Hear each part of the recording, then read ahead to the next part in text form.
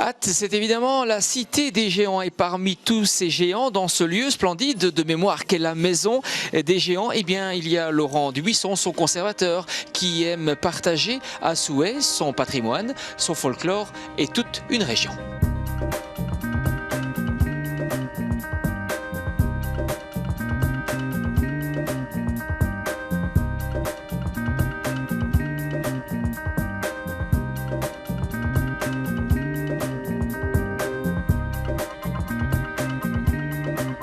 Laurent, on ne se sent parfois pas un peu tout petit parmi tous ces géants au quotidien?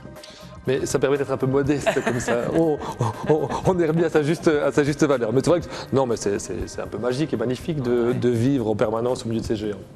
La maison des géants, superbe lieu de culture centrale à Ath évidemment. Oui, c'est un lieu qui existe maintenant depuis une grosse dizaine d'années et c'est un lieu qui manquait à Ath. C'est ce lieu où tout au long de l'année, ce qui fait quand même l'identité athoise, à savoir ces géants, existe et vit tout au long de l'année. Donc c'est vraiment un lieu incontournable, je crois, en 10 ans. Et c'est une fierté aussi de l'avoir rendu incontournable en si peu de temps. Voilà, bonjour, je m'appelle Laurent Dubuisson, j'habite à Ath, je suis né à Ath. Et donc j'ai la chance de travailler à la Maison des Géants depuis maintenant une dizaine d'années. Et c'est vrai que c'est pour moi une chance puisque j'apprécie particulièrement cette ville, j'apprécie particulièrement son patrimoine.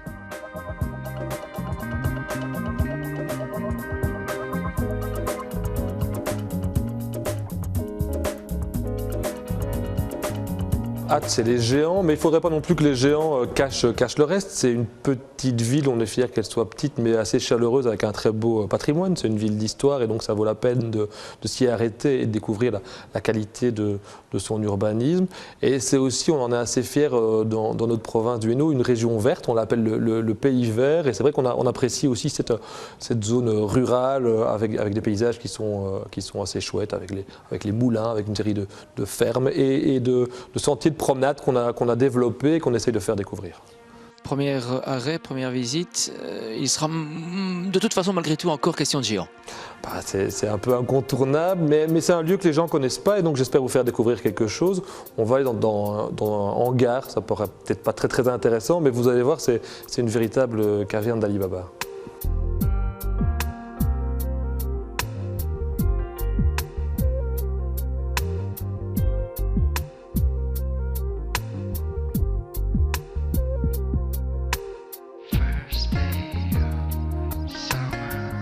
Bien préciser donc que c'est un lieu forcément inaccessible au grand public toute l'année, mais qu'éventuellement on peut entreapercevoir notamment les jours phares de la Ducasse. Ouais, c'est ça. C'est un lieu où on vit pour les gens qui viendraient dans les jours qui précèdent la Ducasse. Très tôt le matin, de préférence.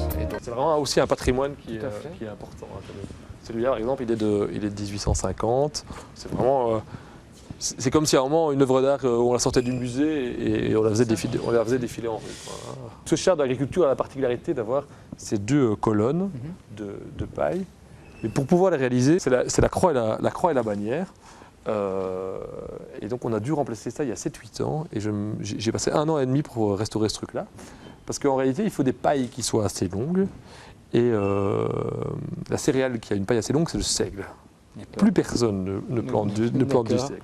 Donc j'ai d'abord dû trouver un agriculteur qui voulait bien planter du seigle, on a dû réserver une parcelle, etc. Et alors après, le truc c'est que pour que les pailles de seigle soient très longues, il faut qu'elles soient coupées à l'ancienne manuellement, parce que les machines ça coupe à 30 cm. Donc j'ai dû trouver des gaillards avec des faux qui, à ras du champ à 4 pattes, allaient me couper mes bottes de seigle. Et tu crois que c'est fini? Non, parce qu'en réalité, il faut absolument qu'il y ait les épis qui soient présents. Ok, et ils le sont. Les épis sont présents, mais les épis, à la base, il y a les céréales qui sont dedans. Ouais. Et ça, tu ne peux pas faire, sinon, pendant la Ducasse, tu as les oiseaux qui viennent picorer au moment de la... Donc il faut battre le blé. Si tu bats la machine, tu casses les épis. J'ai dû trouver des gaillards qui, au fléau à main, ont passé une journée à battre ce truc. Et puis après, j'ai encore dû trouver des gars qui savent faire des espèces de bottes à l'ancienne pour habiller et garnir ces colonnes. C'était un truc que je me suis arraché la tête arraché les cheveux pendant... voilà. Et chaque char, c'est un peu ça, quoi.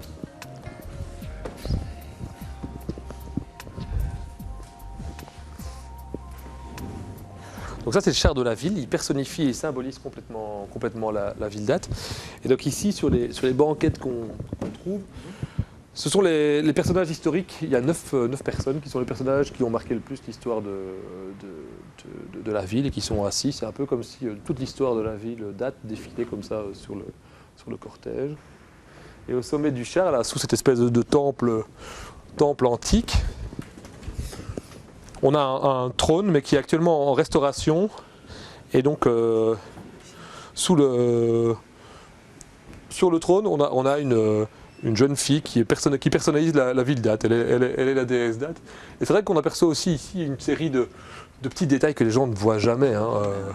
Donc on a par exemple tous les chapiteaux des colonnes sont dorés à la feuille d'or, par exemple. Ce sont des choses, c'est vrai que depuis le bas du parcours du cortège, on ne voit jamais. Mais on est dans les choses.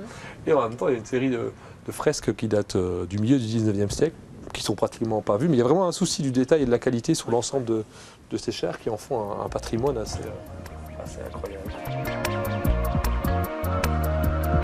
Alors lui, ça c'est le destrier géant, ce cheval gigantesque, c'est le cheval Bayard, le plus grand des géants d'Ath. On est là. Quelle hauteur? Au sommet de la tête, on est à 8 mètres de haut. Et donc c'est ici qu'il est entreposé. Lui, sa particularité, c'est qu'il n'est pas démonté. Il est vraiment d'une seule pièce. Et donc il faut aussi un lieu qui soit assez imposant pour pouvoir l'accueillir. Et donc il a ici sa place. Vous voyez qu'il est précautionneusement emballé et emmitouflé. Mais voilà, ça donne aussi l'occasion d'aller voir un peu en dessous des jupes du cheval Bayard.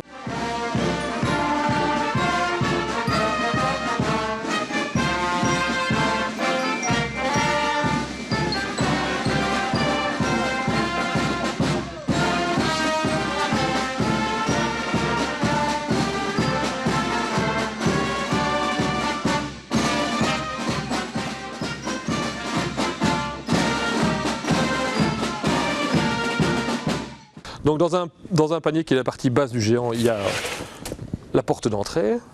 Voilà, on y rentre. Tu mets la tête entre les sangles. Voilà. Ça c'est les sangles, tu te mets ça bien au milieu. Ouais. La tête, le coussinet, il va venir te permettre de garder l'équilibre. Et tu vois les traces ici de transpiration pour les vrais. Maintenant il n'y a plus que le coup de rein. Ouais, d'accord. Okay. Et avec la tête, ça te permet de vraiment garder ton équilibre.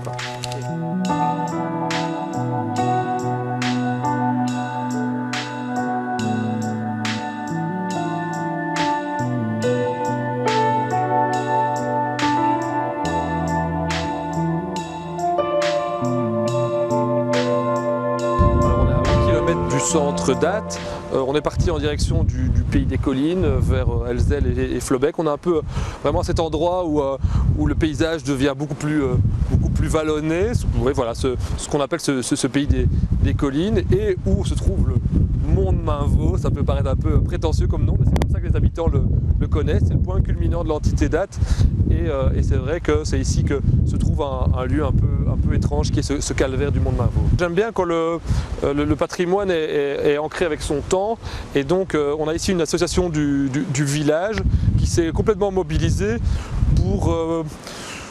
pour pouvoir exécuter une vieille promesse qui avait été tenue, qui avait été faite il y a 50 ans et qui n'avait jamais été tenue.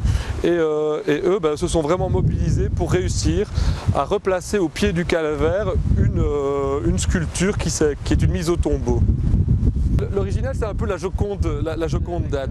La mise au tombeau de Mainvaux est une pièce assez incroyable de la sculpture de la fin du Moyen-Âge et qui est vraiment reconnue par les spécialistes comme étant une pièce vraiment de première qualité. Et elle avait été découverte il y a juste 50 ans, un peu par hasard, par le président du Cercle d'Histoire d'Ath, qui en allant se promener à Mainvaux avait remarqué cet ensemble sculpté. Il l'avait un peu secoué pour voir si c'était une copie en plâtre et s'est dit non, c'est de la pierre. Et puis en grattant un peu, il avait trouvé la polychromie et les peintures de la fin du Moyen-Âge. Et puis en l'étudiant, on s'est rendu compte que c'était une pièce d'une qualité fantastique, mais on ne pouvait pas imaginer la replacer ici à l'extérieur, sans protection particulière. Donc voilà, depuis elle est restée dans son musée à Ath et où elle est bien. Je crois qu'il faut surtout la laisser.